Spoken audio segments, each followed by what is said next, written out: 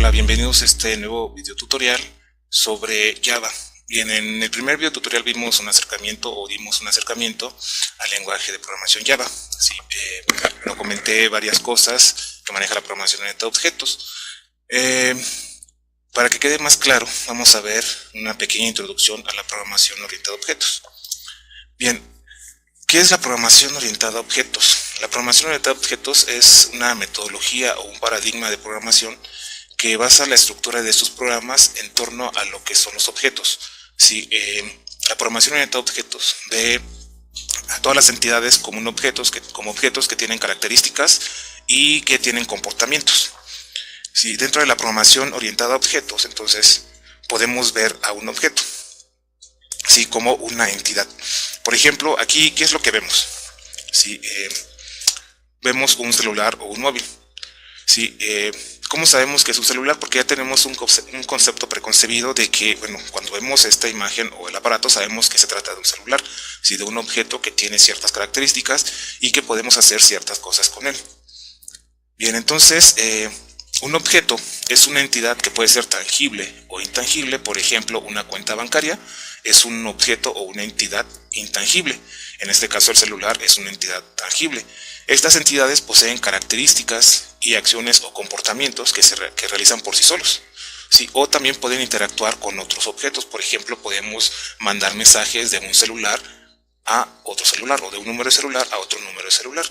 Sí, entonces un objeto es una entidad caracterizada por sus atributos propios y cuyo comportamiento está determinado principalmente por las acciones o funciones que pueden modificarlo. Sí, entonces un objeto pues es cualquier cosa de la que podemos emitir un concepto.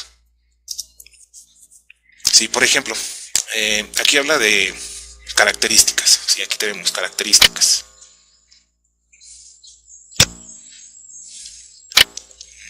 Vamos a ver el de pluma. Esta opción es el puntero. Pluma. Ok, aquí habla de características.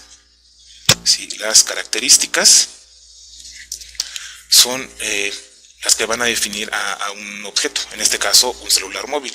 ¿Qué características tiene? Dimensión, sí, tiene una dimensión, tiene un tamaño, tiene un peso, una pantalla, un tamaño de pantalla que puede ser táctil o no.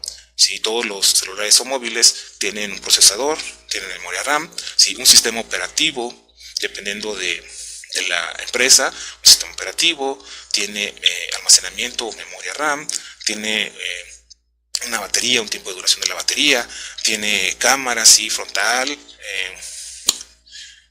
delantera y bien, y bueno, tiene más cosas, ¿no? Detector de huellas, resistente al agua, etcétera. Entonces, esas son las características que definen a un celular, ¿sí? Entonces, cuando hablamos de las características dentro de la programación orientada a objetos, nos referimos a esto precisamente, ¿sí? A las características que van a definir a una entidad. Por ejemplo, si hablamos de una persona, ¿sí? Las características que van a definir a una persona va a ser su nombre, su edad, su estado civil, su género, etcétera. ¿Sí? Entonces, estamos hablando de atributos dentro del ámbito de programación orientada a objetos. ¿Sí? Los atributos son los datos o variables que caracterizan al objeto y cuyo valor en un momento dado indica su estado. ¿Sí? Un atributo no es más que una característica del objeto.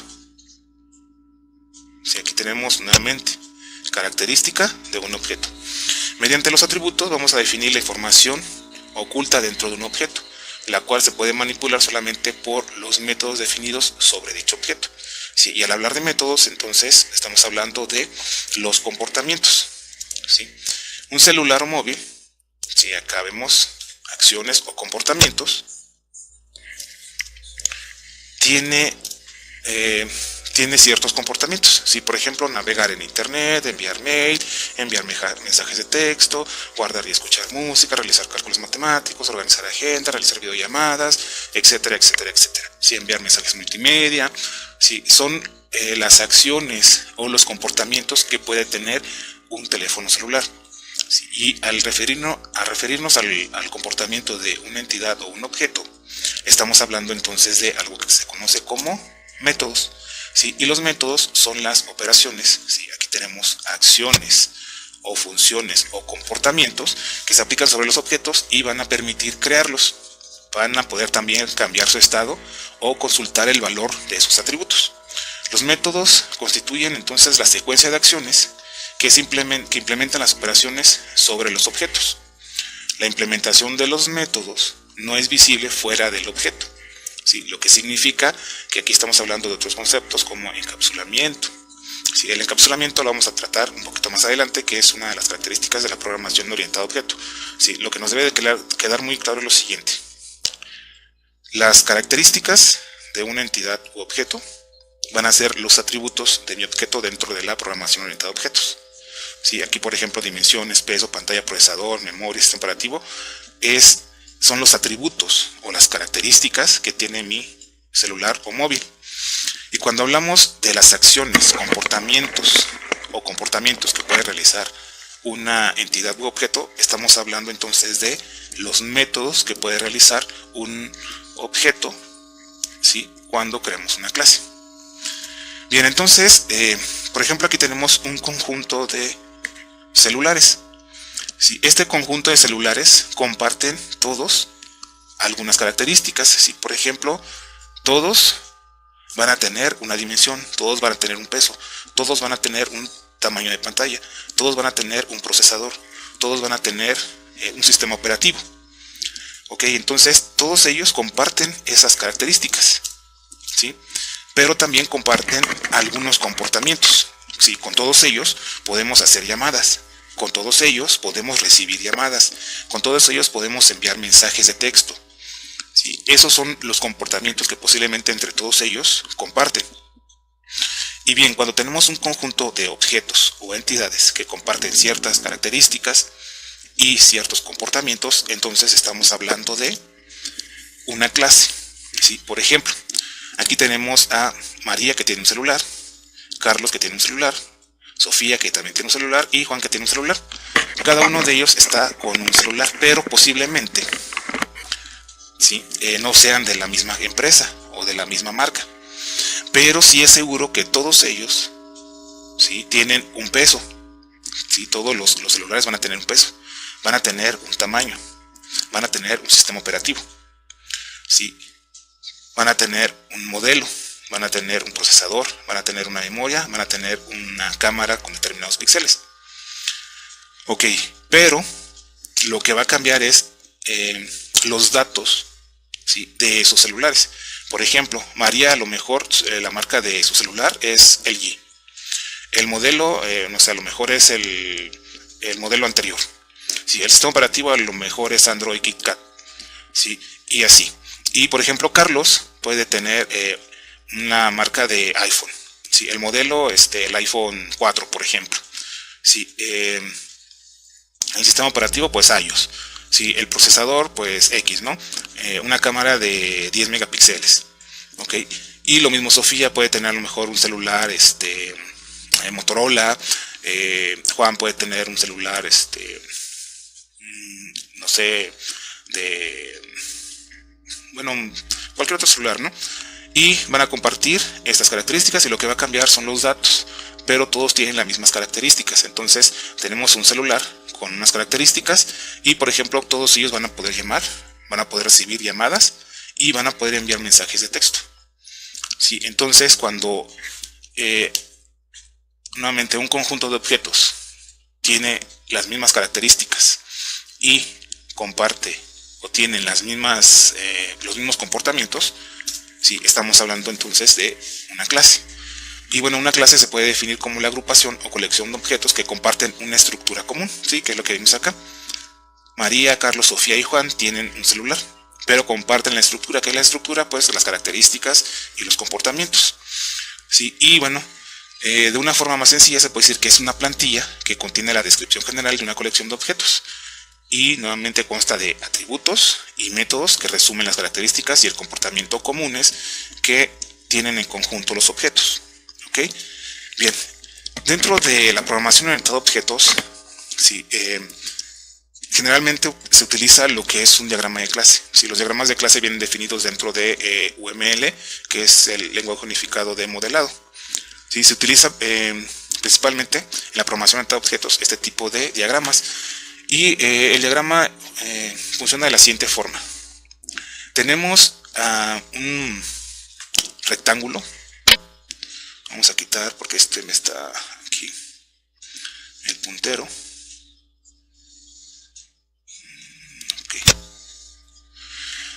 Bueno, tenemos entonces el diagrama de clase que va a ser como un conjunto de o tres rectángulos o cuadrados apilados, ¿sí? O un rectángulo dividido en tres, que en la parte de arriba, en el encabezado, siempre va a ir el nombre de la clase. En este caso, nuestra clase se llama celular.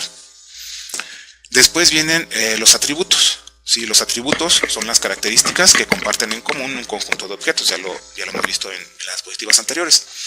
Y finalmente, en el tercer bloque vienen lo que son los métodos. Los métodos, recuerden, son las características, los comportamientos o las acciones que realiza un conjunto o en común un conjunto de objetos. Sí, este es un diagrama de clase. Sí, por ejemplo, aquí entonces podríamos decir que tenemos el objeto celular María, que forma parte de la clase celular. Tenemos el objeto celular Carlos, que forma parte de la clase celular. Tenemos el objeto Juan, que forma parte de la clase celular. Y tenemos Sofía, que forma parte de la clase celular. O bueno, no que forme parte, sino que se deriva, se puede decir, de la clase celular. ¿Sí? ¿Por qué? Porque todos ellos comparten marca, modelo, sistema operativo, procesador y memoria. Todos ellos pueden llamar y enviar mensajes, ¿sí? Aunque el de María sea el G, aunque el de Carlos sea iPhone, aunque el de Sofía sea Motorola. ¿Sí? Entonces, de esto se trata la programación orientada a objetos, y esta es una forma de determinar nuestras clases. ¿Para qué? Para que al momento de que lo llevemos a un lenguaje de programación orientada a objetos como es Java, nos sea más fácil definir nuestras clases que necesitamos, los atributos y los métodos que vamos a utilizar. Bien, dentro de Java, en el video tutorial anterior les comenté, si trabaja generalmente por paquetes. Sí se pueden crear archivos de forma independiente, pero lo más común o lo más fácil es crear un paquete y ahí guardar todas nuestras clases que necesitemos para poder crear nuestro proyecto o desarrollar nuestro proyecto. Ahora, vamos a utilizar esta forma, ¿sí? Para definir las clases que va a tener nuestro paquete. ¿Sí? Si recordarán, en el video tutorial anterior, ahí en el Dolamundo, ¿sí? Cuando creamos un objeto, teníamos dos clases, nuestra clase principal y la clase donde definíamos los métodos. ¿Sí? Lo mismo vamos a hacer en el siguiente ejercicio. Vamos a tener una clase principal, que es la clase main, y vamos a tener nuestra clase que vamos a crear, que es la clase celular. Bien, para crear este tipo de diagramas, sí, existen herramientas. Por ejemplo, tenemos UModel, tenemos StarUML, tenemos Argo UML, tenemos NClass, sí, eso es software que nos ayuda a crear este tipo de diagramas. Sí, mi objetivo no es enseñarles a utilizar alguno de esos programas o software, sí, porque, bueno, si ustedes quisieran trabajar alguno, sí, podría ser el NClass o el StarUML o cualquiera de ellos, pero si trabajamos con NetBeans nos da la posibilidad de también crear diagramas de clase. Sí, eso sí, ya si lo quieren hacer, lo pueden investigar, o si no, les voy a poner en la parte de abajo un video tutorial también, para que si ustedes quieren generar clases, diagramas de clases con NetBeans, lo pueden hacer. Sí, y bueno, eso es un poquito más, posiblemente más fácil, porque una vez que generamos nuestra clase en cualquiera de estos programas, sí, nos da como un esqueleto de lo que es nuestro proyecto. Sí, es decir, nos da ya la estructura de la clase, nos da crean automáticamente nuestros atributos, crea automáticamente lo que son los métodos y nada más para rellenarlos. ¿Sí?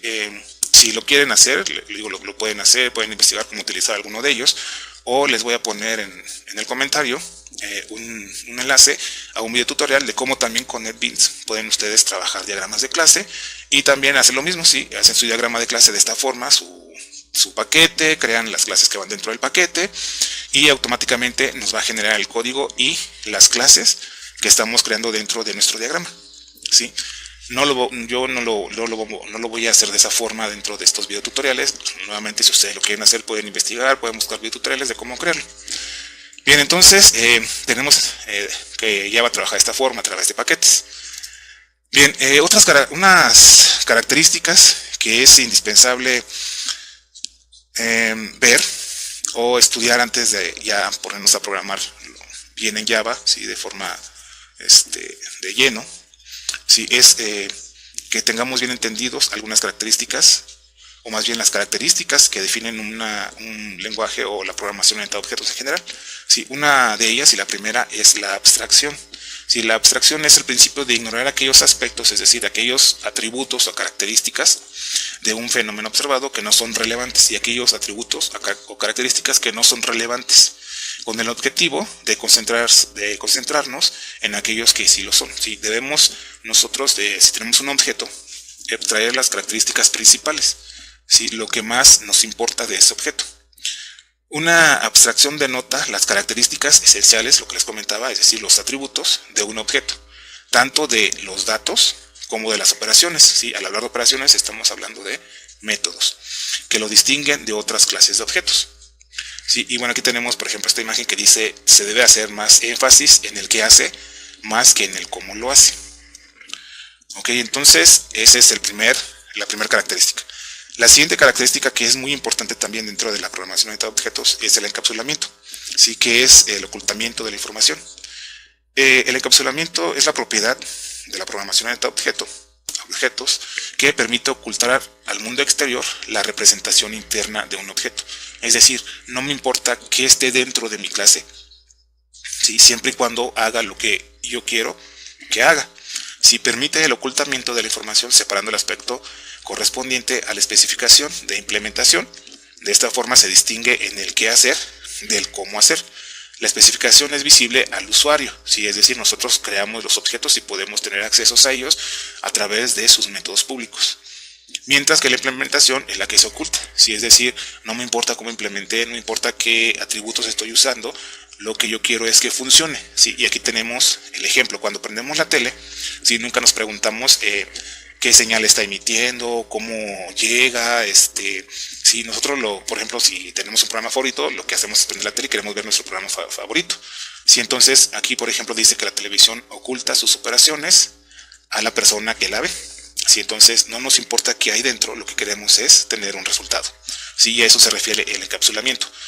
Y bueno, lo que yo hago la analogía es lo siguiente. ¿Sí? Si nosotros tenemos nuestra casa, ¿sí? A nuestra casa no va a entrar cualquier persona que vaya pasando, ¿sí? Solamente a los que nosotros les damos acceso, a través de una llave, a través de una invitación que le hacemos. ¿Sí? El encapsulamiento es eso, solamente aquello que está permitido es lo que se va a poder utilizar.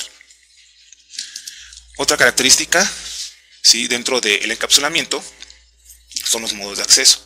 ¿Sí? Los modos de acceso son la forma en que un método o un atributo va a poder ser visible, ¿sí? Desde otro o desde afuera.